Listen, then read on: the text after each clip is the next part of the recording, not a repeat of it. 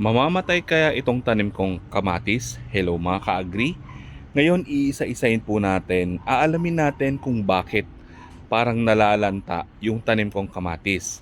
Kung na-experience nyo po ito or nangyari na sa tanim ninyo, makakatulong po yung video na to para solusyonan yung ganitong klaseng problema.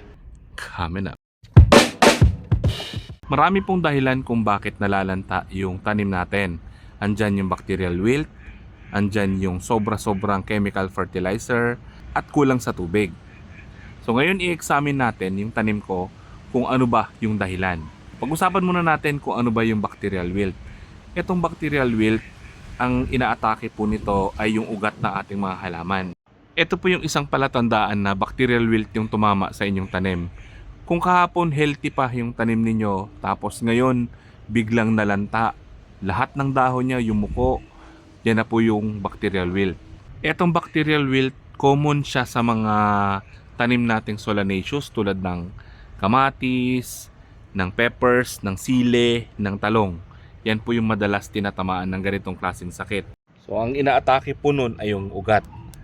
Yan, babahayan siya ng bakterya, tapos pipigilan ng bakterya na to na makaakyat yung nutrients tsaka tubig paakyat dun sa tanim, kaya nalalanta siya. Sobrang bilis po nito makaapekto sa ating tanim. Isang araw lang, sira na yung tanim natin. Pag tinamaan na siya ng bacterial wilt, wala na tayong magagawa doon. Kailangan natin i-prevent na yung pagkalat. So bunutin nyo yung tanim, itapon nyo or sunugin. Huwag nyo pong ikakalat sa paikot ng inyong garden kasi mabilis siyang makahawa. Kasi na itatransfer siya ng tubig kapag umulan, inanod yung tubig papunta dun sa isang tanim, pwede pong mahawa yung panibagong tanim. So ang prevention natin dito, kailangan po natin mag-spray ng mga effective microorganisms dun sa lupa. Yung mga EM1, EMAS, LABS, yung lactic acid bacteria serum. So lahat po ng mga good bacteria, good microorganisms, ilagay po natin sa lupa para labanan nila yung mga bakterya. May natutunan po ako sa isang farmer. Ang ginagawa niya, itong mga abo, yung mga pinagsunugan ng dahon, pinagsunugan ng kahoy sa lutuan, yung galing sa uling, yung abo, binababad niya po sa tubig ng overnight. Tapos yan po yung pinangdidilig niya doon sa mga tanim. Nakakatulong po kasi itong mga abo para i-increase yung pH level. Ito kasing mga bakterya na to, itong mga fungus lalo na, ang gusto nilang tirahan yung acidic environment. So, pagka mataas yung pH level, hindi po nabubuhay yung mga ganitong klaseng bakterya at fungus. Tapos yung lupa po na pinagtaniman natin na tinamaan ng bacterial wilt, wag po muna natin siya gagamitin. As much as possible, i-disinfect po natin yon bago natin siya taniman. So pwede nyo pong angagin nyo po sa malaking kawali yung lupa. Pwede nyo rin buhusan ng mainit na tubig or mag-treat kayo ng mga pang-treat sa mga fungus and bacteria. Kung gagamit kayo ng chemical, wala po ako may recommend sa inyo kasi hindi ko po siya ginagamit. Yung mga natural lang po na paraan ng pag-disinfect yung ginagamit ko. So pwede rin siya ibilad sa araw ng at least 3 to 5 days para talagang ma-disinfect yung inyong lupa. Isa pa, kung may bunga yung tanim tapos bigla siyang nalanta, huwag nyo na po kunin yung mga bunga at itanim yung mga boto kasi naipapasa po yung sakit doon sa mga bunga. Pagka nagtanim kayo, kakalat lang ng kakalat yung sakit. So huwag nyo na pong kunan ng planting materials yung may sakit na tanim. Bumili na lang po kayo sa mga trusted na seller ng seeds para makasiguro kayo na safe at maganda yung mga boto. Isa pang paraan para makaiwas tayo sa ganong klaseng sakit, huwag tayo magtatanim ng paulit-ulit doon sa isang area.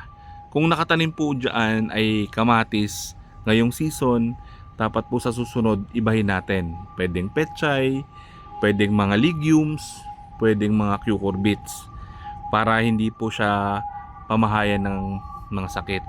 Kasi gaya po ng sabi ko, ang madalas tinatamaan ng bacterial wilt ay yung mga solanaceous. So kung kamatis yung nakatanim, wag sile, Huwag din talong yung itatanim natin. Pili kayo ng iba. Leafy vegetables, legumes, sitaw, beans. Yan yung mga pwede natin ipalit. Tapos cucurbits, pwede rin. Pakwan, kalabasa, ampalaya, pipino. Pangalawang dahilan ng pagkalanta ay over-fertilize. Baka sobra yung chemical fertilizer na binigay po natin. Yung 4600, yung urea, pag yan po naparami yung apply ninyo sa lupa at malapit sa puno, kinabukasan po pwede niyang tuyuin, pwede niyang patayin yung tanim. Ganun po katapang yung mga chemical fertilizer. Nung nagsisimula pa lang po ako magtanim, first time ko rin gumamit ng mga chemical fertilizer. Inabunuhan ko ng maraming urea yung tanim ko. Yun, ang bilis na lanta. Malaki na yung tanim, biglang nanuyo, nalanta na lang siya agad. So, kailangan po hindi ganun kadami. Tapos, huwag malapit sa puno. Pag tinimpla nyo kasi yung urea sa tubig, para siyang malamig. Akala natin malamig. Pero sa halaman, mainit po yun. So, kaya namamatay yung tanim natin. So, dahil po hindi ako gumagamit ng chemical fertilizer, alam ko hindi yun yung dahilan. Baka yung pangatlo. Yung pangatlong dahilan ng pagkalanta ay sobrang tuyo yung lupa. Ayan. Check natin kung tuyo nga. So, ibaon nyo lang yung daliri ninyo. Aray, sobrang tigas. Ayan o. Wala siyang sumasama. Ibig sabihin, tuyo yung ilalim ng lupa. So, yan yung dahilan. Kaya parang nalalanta yung tanim nating kamatis. So, solusyon dyan, diligan lang natin para ma-rehydrate yung lupa, makasipsip ulit yung kanyang mga ugat. So sa pag-test po ng lupa kung kailangan na natin magdilig, yung ginawa ko kanina, ibabaon nyo lang po yung daliri ng 2 inches deep. Yan. Pag may sumama, basa yung ilalim, may moisture pa. So kahit hindi pa tayo magdilig, tulad dito, ayan o, yan basa. Pero dito, tuyong-tuyo na. So kailangan natin siyang diligan. Tapos sobrang tigas din ng lupa. Pwede natin siya i-cultivate para maka-expand yung ugat ng kamatis para mabilis din siyang lumaki. Naalala ko nung elementary kami sa pag-garden namin sa school, kailangan po i-cultivate muna yung lupa bago siya diligan. Pag inuna nyo kasi yung pagdidilig, tapos bago nyo kinultivate, magabuo-buo yung lupa. Pero pag inuna nyo yung pag-cultivate bago siya basain, bago siya diligan, yan, malambot yung lupa.